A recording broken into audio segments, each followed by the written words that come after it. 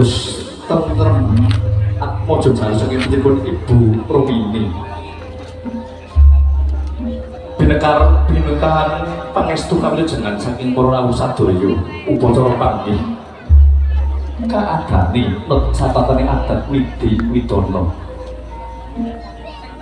adat mengku werdi tata cara Widi werdinipun Gusti dene Dana mengku werdi paweweh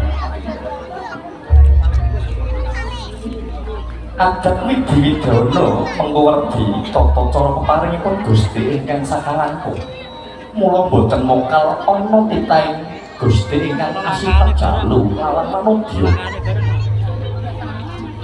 kang wis pinesti bakal dadi jatuh kramane saya caket ditaira siap mojo temanten sarigit saksana kumlawe astane sarwi bebalangan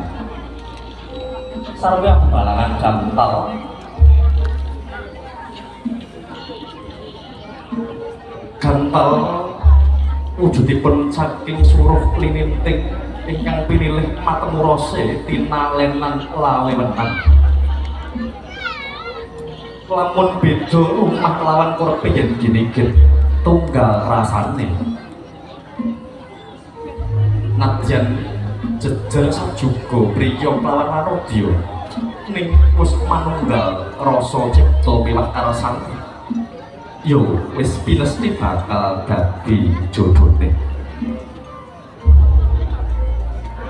paripurna sareng bebalangan yo tungkul sungkem pring pepadaning ingkang raka ngatonaken dharma bekti kunjuk dumateng ingkang garwa Mas Tonton ya Putri kula ngaturaken sempat sungkem bekti kunjuk paduka iya Yai Katompo sempat sungkem pangabekti kunjuk paripurna ngaturaken sempat sungkem bekti kemanten kakung hamitan antiga tinapaking padha biar pecah sakala kalajengaken temanten putra hamiji samparan ingkang raka hamawi tirta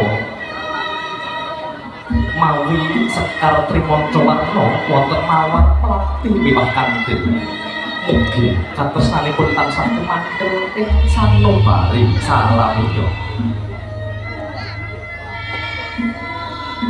mugi kanthi pangajap saged hambarat sawaraning Sukerto ingkang sintang-intang anggenipun badhe lelomban wonten ing pajanging bebrayan agung badhe gesang sesarengan wonten ing alam madya wiwit samenika dumugi telahan mugi temanten sarindit saged dados keluarga kang sakinah mawaddah warahmah mugi saged jumbuh ingkang ginayuh sembada ingkang jenengga Basuki kang sugih putripun Ibu Juru Sumbaga saking Sanggaryas Listi Make Up anggenipun ngadani upacara panggih tumuli nglajengaken upacara candhaipun niki adan-adanan ayo kegarwa Mas tentrem kakanthi kajo menengaken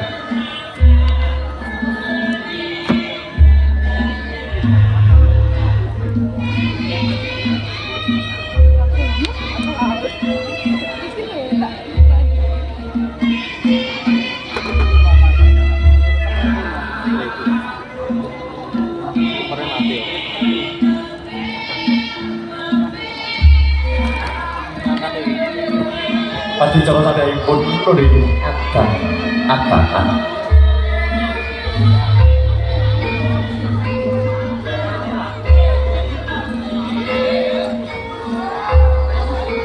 iya wontenipun bangsa Samin menika ngentas pitulas putra wuragil menika winastan upacara tumplak punjen.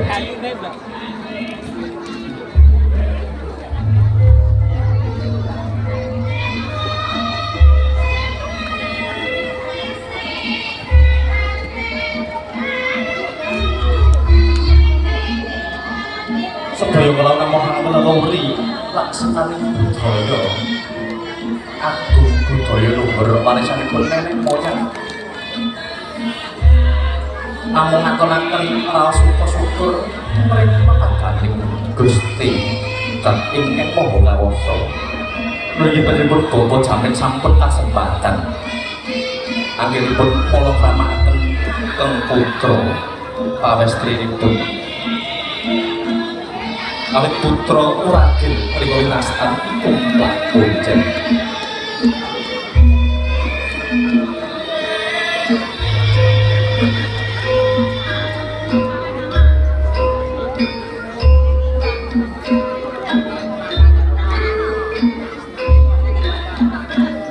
Kawistara sampun wonten cecala sakniki Bojo Sumbaga sang Karyasti istimewa paring cecala dumateng temanten saribet kepareng lumaksana hangubengi latu jroning patumangan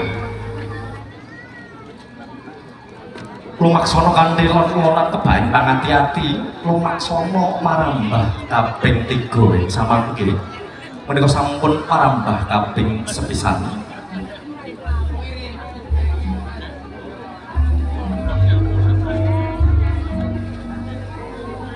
Langkahnya temanten saripit kendel sawetawis Mas tentrem ayo genine disugana. Sik genine disugana supaya karep bentang mateng. Kekepit dibuka karo diudah.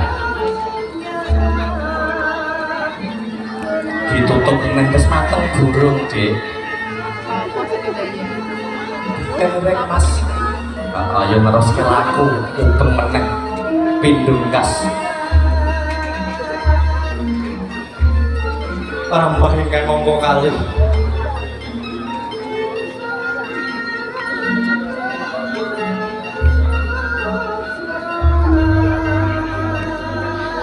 Mereka wonten piyantun ingkang nyepengi keputusan kuali menika kedah dipun rentu sampun ngantos numplak yawit gede sanggane abot sanggane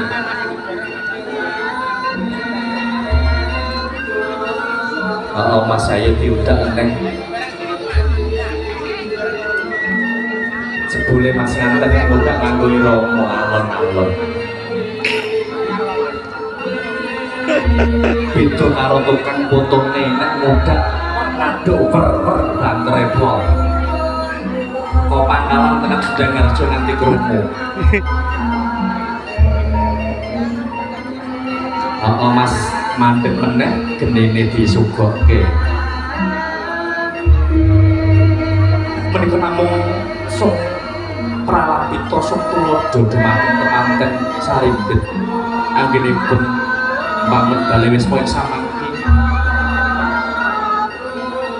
uga saged sae kok kapti urip kahara-hara janing keluarga menika kedah sesarengan sampun paripurna rambani ingkang kaping 3 genya lumaksana kanthi bengi latu jroning patumangan iya sinuntak wonten ing sanginggilipun tambir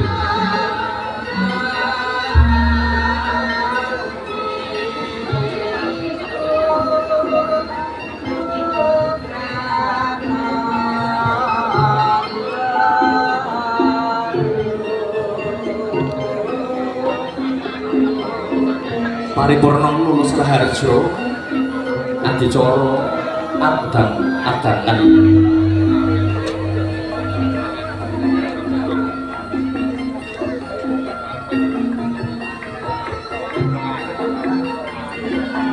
salajengipun upacara gendongan mulih kaadhane monggo Bapak Jamin saking ngajeng Nggih, Pak Jamin nggih ngajeng Bu Jamin saking Wingking. Kula putrane digendong tumuju wonten ing sasana kursi pinajang. Nggih kon dicepeng karo pucuke nggih. Nggih monggo lumaksana kanthi lelana bismillahirrahmanirrahim putri putrane dipun tuntun nggih. Monggo majeng alon-alon kewala. Minangka tiyang sepuh menika tansah suwada dhumateng temanten sarimbit anggenipun badhe panggon Bali Wisma. Awit para pinten wonten unen-unen ing ngarsa kula Dewi Madya mawon karsa tekuri handayane. Nggih ngapunten gambaripun rumiyin.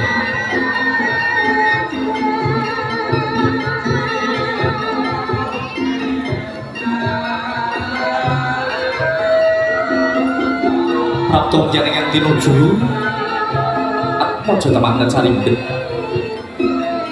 anggenipun kagendhong dening Rama nulika lenggahna wonten ing kursi pinajang.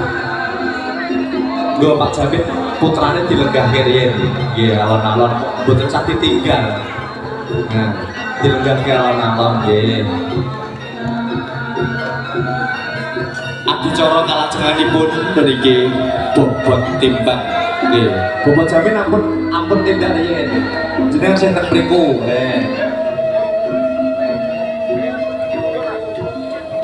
Mbak Raja geser Pak Jamin pinarak wonten tengah.